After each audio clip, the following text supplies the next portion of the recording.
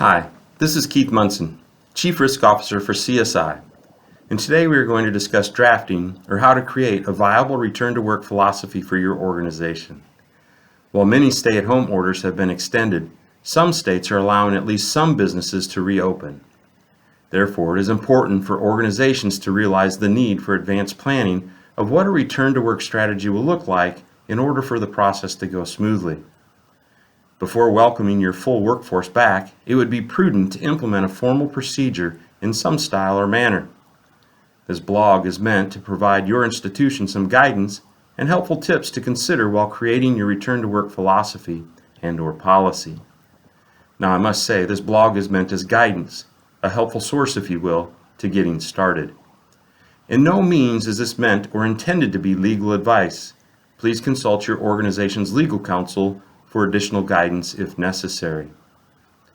First, it is important to review any applicable federal, state, and local laws, such as each state's local stay-at-home orders. In addition, some states may have posted a recovery plan that you may leverage. For example, if you are a larger multi-state institution, you may want to include the CDC's and White House's proposed recovery plan in your decision-making process. That plan can be located at the link provided on the screen. Or, if you are a smaller institution located in a single state or a couple of states, you may want to consider looking at a specific state's recovery plan. So, for example, the state of Missouri's recovery plan can be found at the link provided on the screen. Both plans place a reliance upon the medical profession as a guide to returning our workforce. In my opinion, this is important as we don't want to rush our employees back too soon, placing them in harm's way. After reviewing federal, state, and local stay-at-home orders and recovery plans, if any, it is important to decide if your institution will limit the number of employees that can return to work in stages or more of a phased-in approach per se. For example, both the federal government and the state of Missouri proposed plans include a phased-in approach. If this is what your organization decides best to do, what will that look like? For example, it is important that you determine what percent or number of employees you will allow back, say 25% or maybe even 50%, and at what time do you bring back the remaining staff?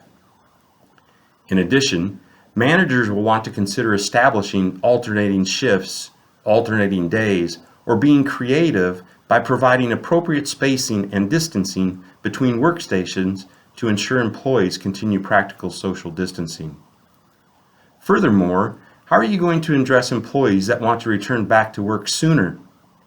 In addition, how are you going to address those employees that are performing or operating at a level less than what is expected because they are working from home and not at work? Or better yet, what about those employees that continue optimal performance while operating at home? You may wish that they be included in the last employees to return to work. And yet, other things you may wish to consider may be limiting the use of common areas where a large number of employees may gather, for example, like the lunchroom, the break room, or better yet, the proverbial water cooler meeting places.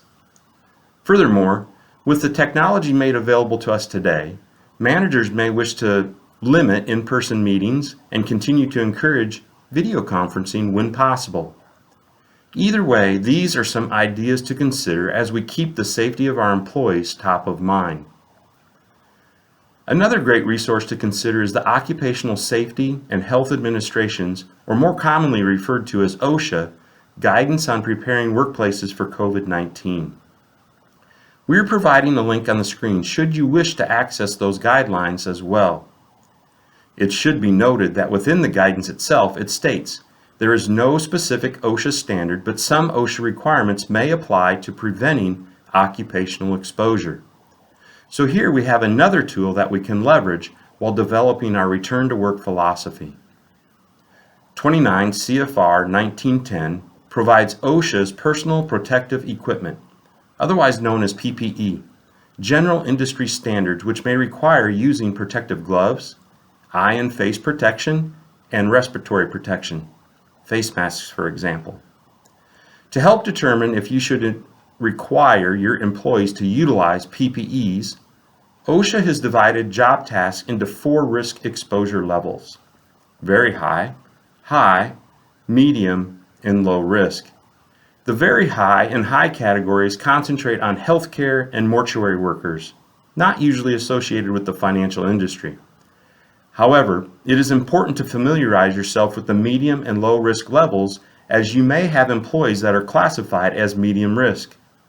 Should that be the case, you may want to strongly consider requiring those employees to utilize applicable PPEs, face masks, for example. Low risk should be considered as well. However, these individuals usually don't have to work in close proximity to others and may continue to work and operate within safe social distancing requirements. So are you going to require for some and yet not others? Or are you going to require for all? Either way, it is important that you develop a PPE strategy and effectively communicate your decision.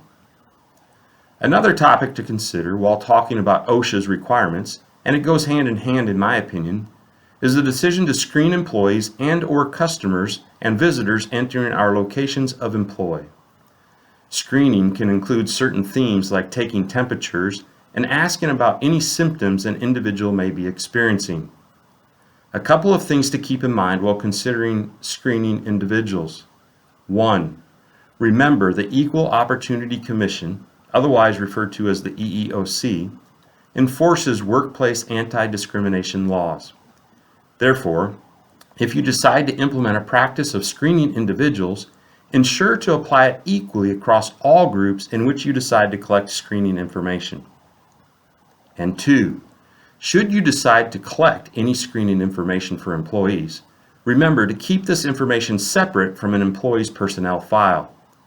Procedures should be put in place to ensure the confidentiality of this information, including any screening information for individuals other than employees. So, for example, customers, visitors, contractors, and vendors alike.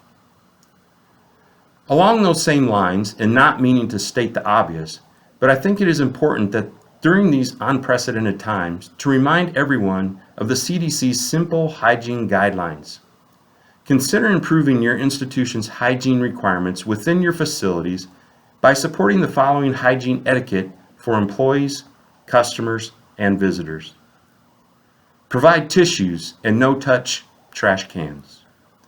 Provide individuals soap and water to wash hands. Place hand sanitizers in multiple locations to encourage hand hygiene. Consider placing posters that encourage hand hygiene to help stop the spread. Discourage handshaking, but encourage the use of other non-contact methods of greeting. Avoid touching your face. Sneeze or cough into a tissue or the inside of your elbow. And disinfect frequently used items and surfaces as much as possible. And in conclusion, we hear in the news of the possibility of a resurgent or second wave of COVID-19 cases as we start the process of opening back up our communities and places of employ. To further combat the likelihood of this happening, please be mindful of your current work-at-home strategies you have already adopted, along with certain safety measures as sending employees home when feeling ill and maintaining self-quarantine procedures when necessary. It is important that we keep the well-being of our workforce safe and healthy as not to hinder the operational or service levels that our customers have grown to expect, as this could be very damaging to the future success of one's organization. Anyway, I hope that you found this blog to be somewhat helpful as you navigate the difficult task of implementing a return-to-work philosophy at your organization. If you have any questions about this or other COVID-related topics, please feel free to email covidquestions@csiweb.com. We are here for you. Good luck, and please be safe.